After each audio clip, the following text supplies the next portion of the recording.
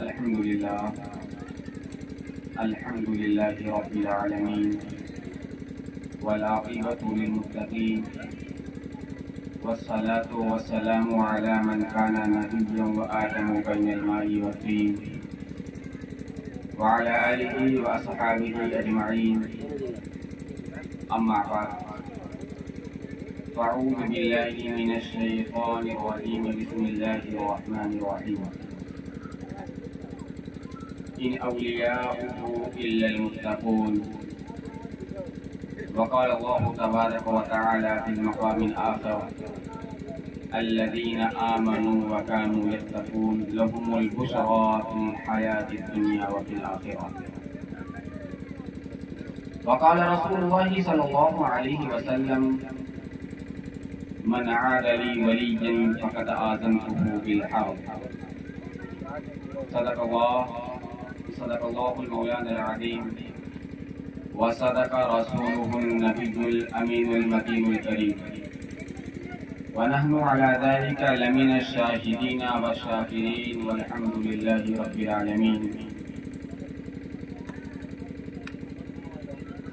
آئیے کچھ گفتگو سنی سے قبل عرض ماحول سے قبل عقائی نامدار مدینے کے تاجدار دونوں عالم کے مختار احمد مصطفیٰ محمد مصطفیٰ صلی اللہ علیہ وسلم کی بارگاہ میں درود شریف کا نذرانے عقیدت پیش کری. پڑھیے باواز بلند: اللہم صلی علی سیدنا وعلی آل سیدنا وشفیعنا وکریمنا وحبیبنا مولانا محمد وسلم صلاۃ و سلام علیک یا حبیبی یا رسول اللہ صلی اللہ تعالی علیہ وسلم. معزز سامعین کرام، آج ہم سب سرزمین جہلی میں حضرت الشاہ عبدالشکور رضی اللہ عنہ کے عرس کی محفل میں حاضر ہیں. بارگاہ کے بے حد پناہ میں دعا ہے کہ اللہ تبارک و تعالی ہم سب کی حاضری کو قبول فرمائے. آمین.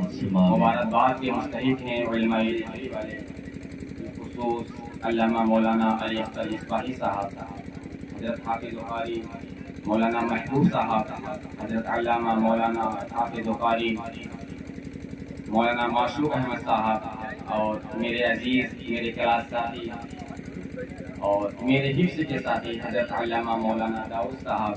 کے علاوہ بھی جتنے لوگ بھی منبر نور پر بیٹھے ہیں سبھی حضرات مبارکباد کے مستحق ہیں. اس سے پہلے تو میری تقریر کا موضوع تھا جو حضرت علامہ مولانا شہاب الدین صاحب نے بیان کیا. دو اصلاحی خطاب آپ لوگوں نے سماعت کیا، ایک حضرت مولانا شہادت حسین صاحب سے اور دوسرا اتنا ہی اصلاحی خطاب اور عصر حاضر کی جو ضرورت تھی اس پر بہت ہی مفصل اور بہتر انداز میں مولانا شہاب الدین صاحب نے گفتگو فرمائی. یہ محفل کی نسبت ایک عظیم الشان بزرگ حضرت عبدالشکور رحمۃ اللہ علیہ کے نام سے منسوب ہے.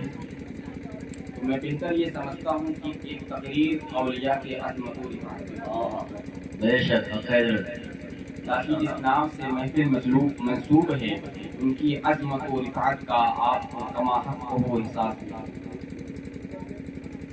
دیکھیں، سبھی لوگ بنی آدم ہیں اور جو لوگ مسلمان ہیں سب پر نماز فرض ہے، روزے فرض ہیں، سبھی لوگ نمازیں پڑھتے ہیں، روزے کرتے ہیں. آخر ان بزرگان دین کے اندر ایسی کون سی خوبی تھی جس کی بنیاد پر دیگر سے امتیاز کی چیزیں حاصل کریں؟ آخر کیا بات کی ان کے اندر؟ یہ بھی تو نماز روزہ کرنے والے تھے. آخر آج صدیوں سے ان کو کیوں یاد کیا جا رہا ہے؟ ہزاروں لوگ اسی تقریب کے لوگ دنیا میں آئے چلے گئے، ان کے نام کی کوئی محفل نہیں کی، ان کے نام کی کوئی کسی کی تقریب نہیں کی. آخر کے اندر کوئی خوبیاں تو رہی ہوگی.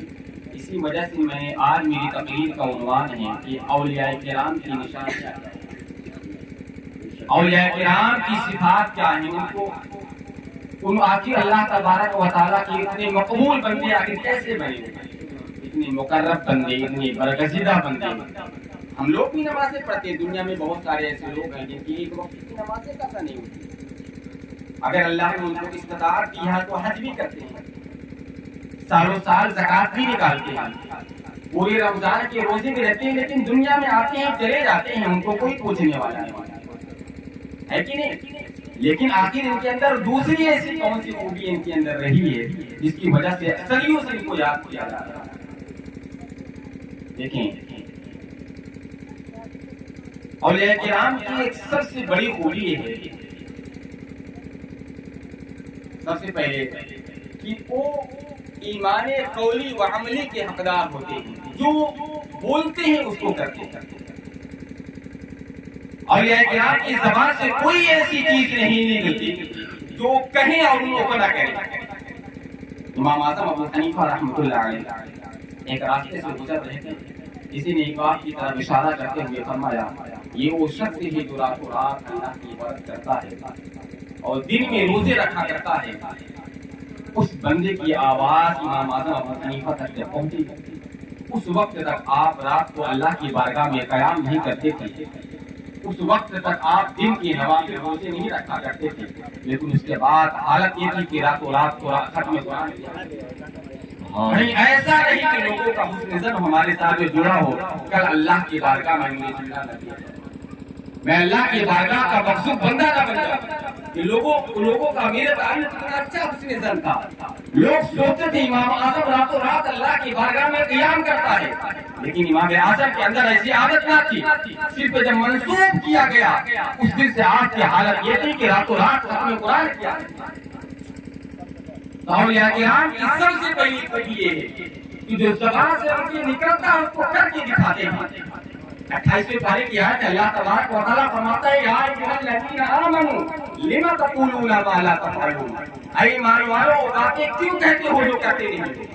کبر مقتا عند اللہ ان تقولوا ما لا تفعلون، یہ کتنی بری بات ہے، کتنی بری بات ہے، تم اللہ کے لیے کوئی بات تو اس کو کر کے نہ دکھاؤ۔ اولیاء کرام کی پہلی شان ہے کہ جو زبان سے نکلتا اس کو کر کے دکھاتے۔ یہ ولایت کے سب سے عظیم کریم امام حسن بصری رحمۃ اللہ علیہ فرماتے ہیں، من وقرہ فی القلب وصدقہ العمل، ایک اولی کی پہچان یہ ہوتی ہے اس کے دل میں، جو دل میں ہوتا ہے اس کے زبان پہ ہوتا ہے، جو زبان پہ ہوتا ہے اس کے دل میں ہوتا ہے۔ اس کے بعد آپ فرماتے ہیں، الا ان فی القوم اگر رقم الامانی، بہت سے لوگ ایسے ہیں جن کو دنیا کی محبت کے دھوکے میں ڈالا ہے، اور اس کے بعد دنیا کی محبت میں دھوکے کی وجہ سے ماتوا بغیر عمل، تو دنیا سے چلے جاتے ہیں، ان کے پاس کوئی عمل نہیں رہتا ہے۔ اس کے بعد جانے سے پہلے ان سے پوچھا جائے کہ آپ دنیا سے جا رہے ہیں، آخر آپ کے پاس کوئی عمل نہیں، تو ایک زبان کہتے ہیں ہم مسلمان ہیں، اللہ ہمیں بخش دے گا۔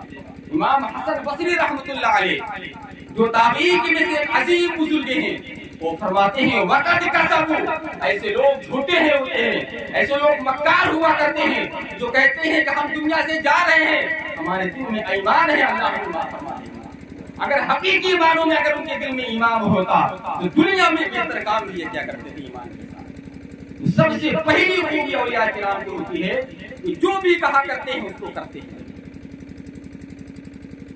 ایک حدیث شریف میں، بخاری شریف کی حدیث ہے، ذاک طعم الایمان من رضی باللہ ربا وبالاسلام دینا وبمحمد نبیا ورسولا۔ وہ انسان ایمان کا ذائقہ تک لیتا ہے جس نے کہا جو اسلام سے راضی ہو جاتا ہے۔ آپ ذرا غور کریں، کیا آپ اسلام سے راضی ہیں؟ زبان سے کہتے ہیں اسلام سے راضی ہیں، لیکن ہمارا قلوب، ہمارے جوارح اس کی تصدیق نہیں کر رہے ہیں۔ ہمیں جب تک مال نہیں ملتا تب تک ہمارے دل کو سکون نہیں ملتا۔ دنیا کی سب سے بڑی دولت ہے دولت ایمان، اور قیامت کی سب سے بڑی دولت ہے دیدار الہی۔ اللہ نے آپ کو ایمان کی دولت سے سرفراز کیا ہے، کیا ایمان کی دولت سے آپ راضی ہیں؟ اگر آپ راضی ہوتے تو اللہ نے آپ کے حصے میں جو رزق رکھا ہے اس پر شکر ادا کرتے۔ آپ اسی دولت کی وجہ سے نمازیں آپ کی چھوٹ رہی ہیں، اسی دولت کی وجہ سے نیکیاں آپ سے چھوٹ رہی ہیں، اسی دولت کے لیے آپ بیاج سود لے رہے ہیں کہ بیاج لے کے تو پیسے میں اضافہ ہوگا۔ اللہ کے رسول نے فرمایا ذاک طعم الایمان، وہ انسان ایمان کا ذائقہ تب چکھتا ہے جب من رضی باللہ ربا، جو یہ ایمان لاتا ہے اللہ خدا، وبالاسلام دینا، اور یہ جانتا ہے کہ اسلام میرا مذہب ہے۔ یاد رکھیں میرے بزرگوں دوستو، یہ زمانہ فرقہ بازی کا نہیں ہے، اس زمانہ مسلمانوں میں آپس میں اتحاد و اتفاق کا ہے، آپس میں لڑنے جھگڑنے کا نہیں ہے۔ آپ اسلام کا دامن مضبوطی سے تھامیں، آپ فرقہ پرستی کی طاقتوں سے آپ فرقہ پرست سے دور رہیں، اپنے آپ کو کسی فرقے سے منسوب مت کریں، اپنے آپ کو جب بھی منسوب کریں تو اسلام سے منسوب کریں۔ آج حالت ہماری یہ ہے، انسان کو جتنا اپنے فرقے پہ ناز ہوتا ہے اتنا اسلام پہ ناز نہیں ہے۔ اللہ کے رسول نے فرمایا کہ من رضی باللہ ربا وبالاسلام دینا، تمہیں اس بات پہ راضی ہونا پڑے گا کہ میرا اسلام، میرا مذہب اسلام وبمحمد النبی و رسول، اور اس کے بعد آپ تیسری چیز یہ ہے آپ ایمان لائیں کہ اللہ کے رسول صلی اللہ علیہ وسلم ہمارے نبی اور رسول۔ جب یہ تین چیزیں آپ کے اندر پیوست ہو جائیں گی، آپ کے قلوب میں اتر جائیں گے، اس وقت آپ ایمان کا ذائقہ کریں گے۔ ایک دوسری حدیث ہے، بخاری شریف کی ایک ہی حدیث ہے کہ اللہ کے رسول صلی اللہ علیہ وسلم فرماتے ہیں، ارشاد فرماتے ہیں ثلاث من کن فیہ وجد حلاوۃ الایمان، جس کے اندر تین چیزوں میں ہے اس کو انسان ایمان کا ذائقہ کرتا ہے۔ سب سے پہلی کیا چیز ہے؟ لا یحب المرء الا للہ، انسان جب کسی سے محبت کرے تو صرف اللہ کے لیے، جب کسی سے بغض رکھے تو صرف اللہ کے لیے بغض رکھے۔ ایک حدیث شریف میں ہے، ترمذی شریف کی حدیث ہے، ابو داؤد کی حدیث ہے، اللہ کے رسول صلی اللہ علیہ وسلم ارشاد فرماتے ہیں یا ایھا الناس اعلموا واعقلوا، اے ایمان اے لوگوں جان لو سمجھ لو، ان للہ فی عباد، اللہ کے ایسے بندے ہیں لیسوا بشہداء، وہ شہید نہیں ہے، مقام شہادت پر فائز نہیں ہے، ولیس بانبیاء، وہ نبی بھی نہیں ہے، وہ رسول بھی نہیں ہے، لیکن کل قیامت کے دن ان اللہ وان الانبیاء وملائکتہ یباہون بہم وان اللہ وملائکتہ وانبیاءہ یباہون علی منازلہم عند اللہ، قیامت کے میدان میں شہداء ان کے مقام کو دیکھ کر رشک کریں گے، انبیاء ان کے مقام کو دیکھ کر رشک کریں گے، آواز دیں گے انبیاء کرام یا اللہ تبارک و تعالی، اے رب العالمین، ان کو مقام شہادت تو نہیں ملا تھا، یہ کوئی نبی تو نہیں تھے، یہ کوئی رسول تو نہیں تھے، آخر ان کو اتنا بلند مقام کیوں ملا ہے؟ آخر ان کی بلند مقام ملنے کی وجہ کیا ہے؟ ایک آواز آئے گی، فرشتہ ایسے کرے گا، یہ نبی تو نہیں تھے، یہ شہید تو نہیں تھے، یہ اللہ کی بارگاہ کے کوئی بھیجے ہوئے پیغمبر تو نہیں تھے، لیکن یاد رکھو یہ ایسے لوگ تھے المتحابون فی روح اللہ و رسولہ، جو اللہ کے لیے لوگوں سے محبت کرتے تھے اور اللہ کے لیے لوگوں سے بغض رکھا کرتے تھے۔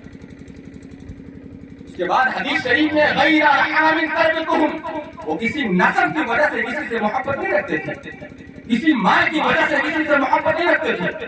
آپ اپنا جائزہ لے لیجیے، ہم بھی مسلمان ہیں، یہ اولیاء کرام کی ذات بھی مسلمان ہے، جب لوگ اولیاء کرام کی بارگاہ میں آتے ہیں ان کے یہاں امیر و غریب ایک صف میں کھڑا ہو جاتا ہے، وہ امیر کو اس بنیاد پر فوقیت نہیں دیتے ہیں یہ امیر ہے اس کے پاس گاڑیاں ہیں، یہ امیر ہے اس کے پاس پیسے ہیں، اس بنیاد پر کسی کو عزت نہیں دیتے ہیں یہ امیر ہے اس کے پاس بندے ہیں، ان کے نظر میں صرف اور صرف اللہ کے لیے لوگوں سے محبت ہوتی ہے اور اللہ کے لیے لوگوں سے بغض ہوا کرتا ہے۔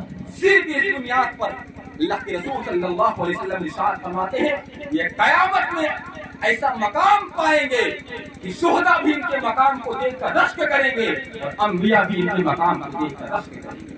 اس کے بعد حدیث شریف میں ہے اس دن ساری کائنات میں ایک ڈر رہی ہوگی، ان الناس یخافون وهم لا یخافون، لوگ آپس میں قیامت کے میدان میں ایک دوسرے سے ڈر رہے ہوں گے لیکن ان کے دل میں خوف نہ ہوگا، ولا يحزنون، ان کے دل میں غم زدہ نہ ہوگا۔ اس کے بعد اللہ کے رسول فرماتے ہیں وَإِنَّهُمْ عَلَى نُورٍ وَهُمْ نُورٌ، یہ ذات ایسی ہوگی مقدس ذات جو سراپا نور میں سرابور ہوگی، سراپا منور ہوں گے۔ یہ بزرگ کو دوسرے کے بعد اللہ کے رسول نے فرمایا ثم تلا هذه الآيات الا ان اولیاء اللہ لا خوف علیہم ولا هم يحزنون، بے شک اللہ کے ولیوں کو نہ تو کوئی خوف ہوا کرتا ہے نہ تو کوئی غم۔ یہ پہلی پہچان ہے۔ دوسری کیا پہچان ہے؟ لسانہم رطب بذکر اللہ، ان کی دوسری پہچان یہ ہوا کرتی ہے ان کی زبان ہمیشہ ذکر الہی سے معمول ہوا کرتی ہے۔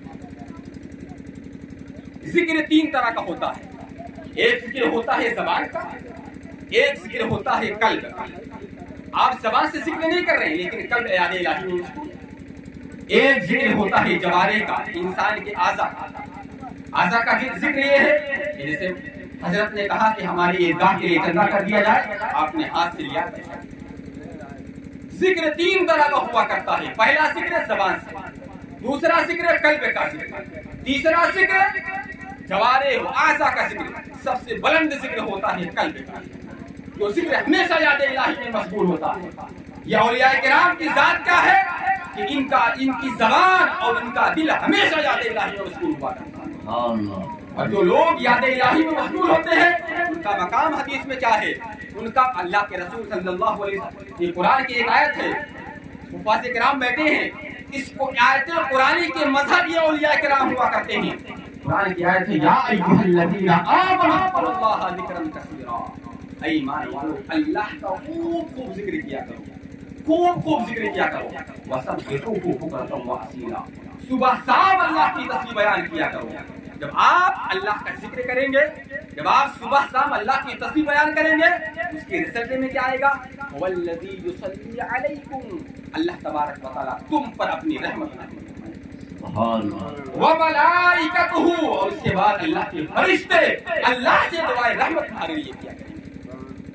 اس کے بعد کیا ہوگا؟ اللہ تبارک و تعالی یخرجکم من الظلمات الی النور, پھر اللہ آپ کو اندھیروں سے نکال کر روشنی میں لا دے گا. بعد وکانا بالمؤمنین رحیما, اللہ تبارک و تعالی مسلمانوں پر بہت رحم کرنے والا ہے. حدیث شریف میں ہے, ایک دوسری حدیث ذکر لسان کے تعلق سے, ذکر الہی کے تعلق سے, بخاری شریف کی حدیث ہے, سبق المفردون, وہ مفردون سب سے سبقت لے گئے, سب سے آگے نکل گئے. عربی میں مفرد کا معنی ہوتا ہے جو تنہا شخص ہو. اگر ہوا کرتا اکثر لوگ جو نیک ہوتے ہیں جب تک باحیات رہتے ہیں ان کے ساتھ کوئی نہیں رہتا. جب تک باحیات ہے ان کی ولایت کو کوئی نہیں ماننے والا. جب چلے گئے تو چادریں چڑھنی شروع ہو جاتی ہیں. جب چلے گئے ان پر پھول و مالے کی برسات بھی ہوتی ہے. جب تک دنیا میں رہتے ہیں, باحیات رہتے ہیں, مثال ظاہری میں رہتے ہیں, تب تک تنہا. اللہ کے رسول نے فرمایا سبق المفردون, یہی لوگ تو سب سے سبقت لے جائیں گے.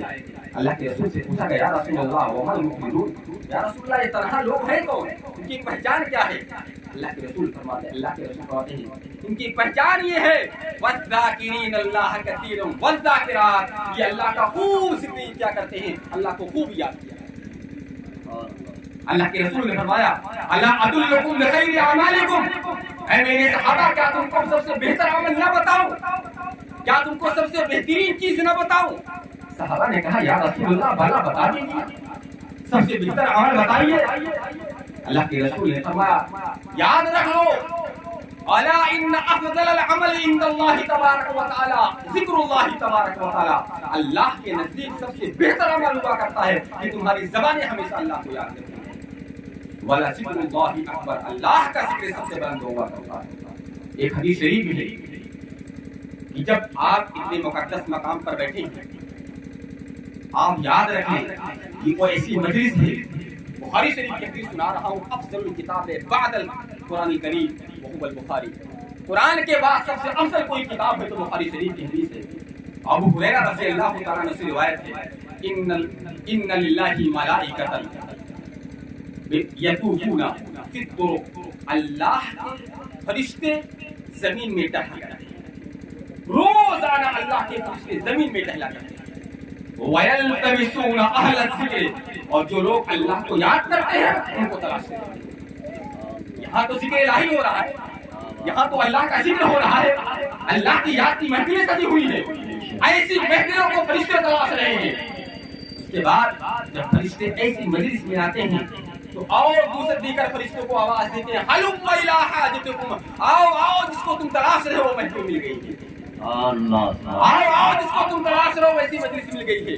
اس کے بعد فرشتے آتے ہیں وغشیتہم الرحمہ ونزلت علیہم السکینہ, فرشتے ایسی محفل کو رحمتوں سے ڈھانپ لیا کرتے ہیں, ایسی محفل کو فرشتوں اپنی رحمتوں سے بازو سے ڈھانپ لیتے ہیں. اس کے بعد اللہ کی بارگاہ میں جاتے ہیں اور عرض کرتے ہیں یا اللہ ایک ایسی مجلس سے آیا ہوں جہاں تیرے لوگ تجھے یاد کر رہے تھے. اللہ فرماتا ہے کیا مانگ رہے تھے؟ فرشتے کہیں گے یا اللہ وہ تجھ سے جہنم سے پناہ مانگ رہے تھے. اللہ فرمائے گا تم گواہ ہو جاؤ میں انہیں جہنم سے معاف کر دیا. اللہ فرماتا ہے تم گواہ ہو جاؤ میں انہیں جہنم سے بخش دیا. اس کے بعد اور کیا طلب کر رہے تھے؟ خواہش کیا تھی؟ آرزو کیا تھی ان کی؟ فرشتے کہیں گے اللہ ان کی آرزو یہ تھی کہ انہیں جنت الفردوس عطا کر دیا. ان کو جنت الفردوس عطا کر دیا جائے. اللہ فرماتا ہے فرشتے تم گواہ ہو جاؤ میں ان کو جنت الفردوس دے دیتا ہوں. اس کے بعد ایک فرشتہ عرض کرتا ہے یا اللہ اس میں ایک ایسا شخص تھا جو بڑا گنہگار تھا, کبھی نیک کام بھی کیا کرتا تھا, کبھی اس نے کبھی نمازیں نہ پڑھی, کبھی روزے نہ رکھے, کبھی حج و زکات نہ کیا. وہ تو بڑا بدبخت شخص تھا, وہ تو بڑا گنہگار شخص تھا. یا اللہ وہ بھی مجلس میں آیا تھا, یا اللہ وہ بھی تیرا ذکر سننے آیا تھا, یا اللہ وہ بھی علماء کرام کے بیانات کو سننے آیا تھا. اللہ فرماتا ہے وَهُمُ الْقَوْمُ لَا يَشْقَىٰ بِهِمْ, یاد رکھو یہ نیکوں کی مجلس ہے یہاں جو بھی آئے گا سب کو معاف کر دیا جائے گا. دوسری سب سے بڑی پہچان یہ ہے اولیاء کرام کی, ان کی زبان ہمیشہ یاد الہی معبود ہوا کرتی ہے. ہم نماز پڑھتے ہیں, نماز پڑھنے کے بعد کیا ہوتا ہے فوراً ہم آپ دنیا میں مصروف ہو جاتے ہیں, لیکن اولیاء کرام کے یہاں نہیں. جب بھی اولیاء کرام کے ہاں پہنچیں گے اولیاء کرام ہم وقت اللہ اس کے رسول کی بات کرتے ہوئے نظر آئیں گے. اس کے بعد تیسری پہچان کیا ہے؟ تیسری پہچان یہ ہے وَهُمْ لَا يُصِرُّونَ عَلَىٰ مَعْصِيَتِهِ, اور جو گناہ کرتے ہیں اس پر اصرار کرتے ہیں. یاد رکھیں اہل سنت کا ایک عقیدہ ہے کہ انبیاء کے علاوہ تمام ذات معصوم ہیں, انبیاء سے معصوم ہیں, اور انبیاء کے علاوہ لوگوں سے گناہ ہو سکتے ہیں. بڑے بڑے اولیاء کے نام سے بھی گناہ ہوتے ہیں, گناہ ہوتے ہیں, لیکن ان کی پہچان کیا ہے؟ لا یصرون علی معصیہ, جب گناہ کرتے ہیں اس پر ثابت قدم نہیں رہتے ہیں, فوراً اللہ سے توبہ و استغفار کرتے ہیں. آج تو ہماری حالت یہ ہے کہ علماء کو ٹارگٹ بنا لیتے ہیں, ایک گناہ ہو جاتا ہے کہتے ہیں ارے عالم صاحب سے گناہ ہو گیا, ارے حضرت سے گناہ ہو گیا, جانتے نہیں ارے مولانا صاحب کو میں نے فلاں وقت یہ کرتے ہوئے دیکھا. یاد رکھو تمہارا عقیدہ یہ ہے کہ نبی کے علاوہ کوئی معصوم نہیں ہوتا ہے, لیکن اولیاء کرام کی شان یہ ہے جب بھی گناہ کرتے ہیں فوراً اللہ کی طرف رجوع کرتے ہیں اور توبہ و استغفار کرتے ہیں, کہتے ہیں استغفراللہ ربی.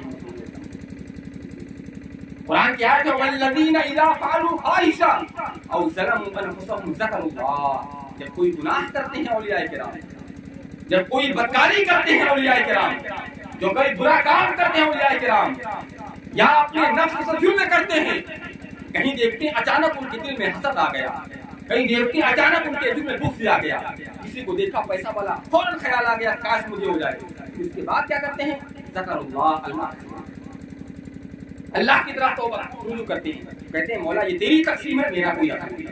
وَلَمْ يُصِرُّوا عَلَىٰ مَا فَعَلُوا, اس کے بعد جو ان کو گناہ کیا تھا اس گناہ پر اصرار نہیں کرتے, وہ گناہ برابر نہیں کرتے رہتے. ہماری حالت یہ ہے ہم نماز پڑھیں گے لیکن جو گناہ ہو رہا ہے گناہ کریں گے.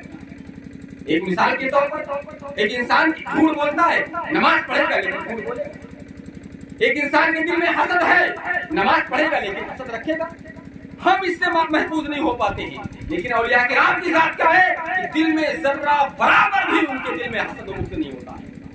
وَمَن يَعْمَلْ سُوءًا أَوْ يَظْلِمْ نَفْسَهُ ثُمَّ يَسْتَغْفِرِ اللَّهَ, جیسے ہی کوئی گناہ کرتے ہیں یا نفس سے ظلم کرتے ہیں فوراً اللہ کی طرف توبہ و استغفار کرتے ہیں اور اللہ ان کے تمام گناہوں کو معاف فرما دیتا ہے. اس کے بعد ان کی دوسری صفت ہو گئی. تیسری صفت کیا ہے؟ قلوبہم نقیہ عاملۃ بالمعروف, ان کا دل مکمل صاف ہے. اولیاء کرام کے بڑی صفات یہ ہے. بہت سارے لوگ آپ کو نماز پڑھنے والے مل جائیں گے, بہت سارے لوگ شب قدر میں جاگنے والے مل جائیں گے, لیکن یاد رکھنا سب سے انسان کے ایک مسلمان کے پاس سب سے عظیم جو نعمت ہوتی ہے وہ تزکیہ نفس ہوتا ہے, دل کی صفائی ہوتی ہے. میں آپ کو قرآن کی ایک سورہ پڑھ کے بتاؤں گا کہ دل کی صفائی اسلام میں کتنا معنی رکھتی ہے. اللہ قرآن میں کوئی چیز بیان کرنے کافی ہے کہ نہیں؟ اس کی یقین کے لیے کافی ہے. اگر بتا دے ایسا ہونے والا کوئی شخص نہیں ایسا ہوگا, اگر اس کے بعد قسم کھا اور قسم کھا لیا ایسا ہوگا تو یقینی طور پر ایسا ہوگا، تقینی طور پر اور ایسا ہوگا۔ اللہ نے قرآن میں سورہ شمس سے کہا والشمس والقمر، اولیاء کرام کی شان بیان کر رہا ہوں کہ قلوبہم نقیہ، اولیاء کرام کا دل مکمل صاف ہوتا ہے۔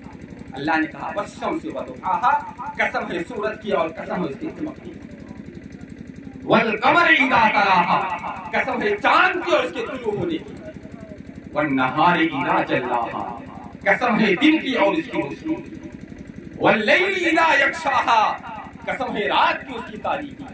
دیکھیں آپ روشنی سے ہٹ کے تاریکی ہے۔ والسماء وما بناہا، قسم ہے آسمان کی اس کے بنانے والے کی، والارض وما طحاہا، قسم ہے زمین کی اس کے بچھانے والے کی، چھ قسم ہے۔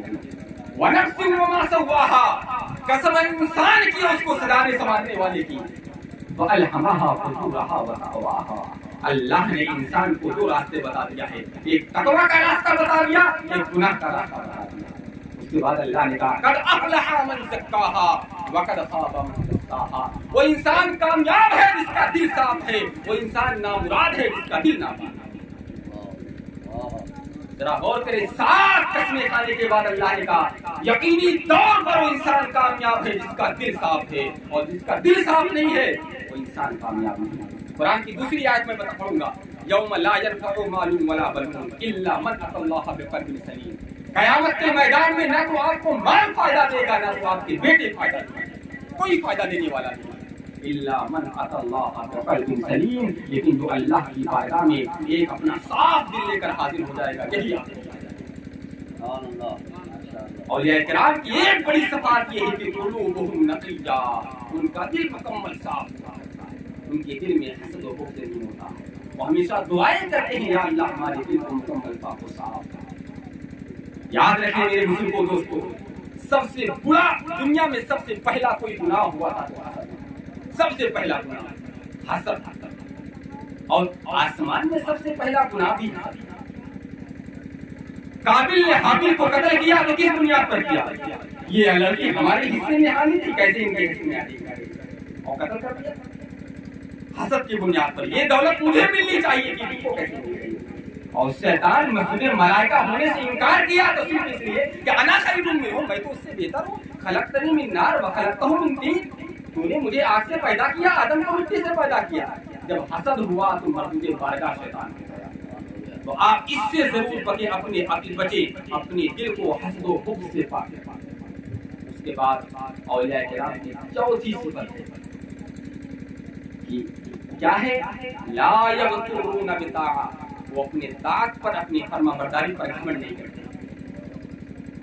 لیکن بڑی سوچنے کی بات ہے، آج انسان 5 وقت کا نماز پڑھا تو دوسرے کے اندر خطائیں شروع، کہا حضرت جماعت میں کیا کہاں تھے؟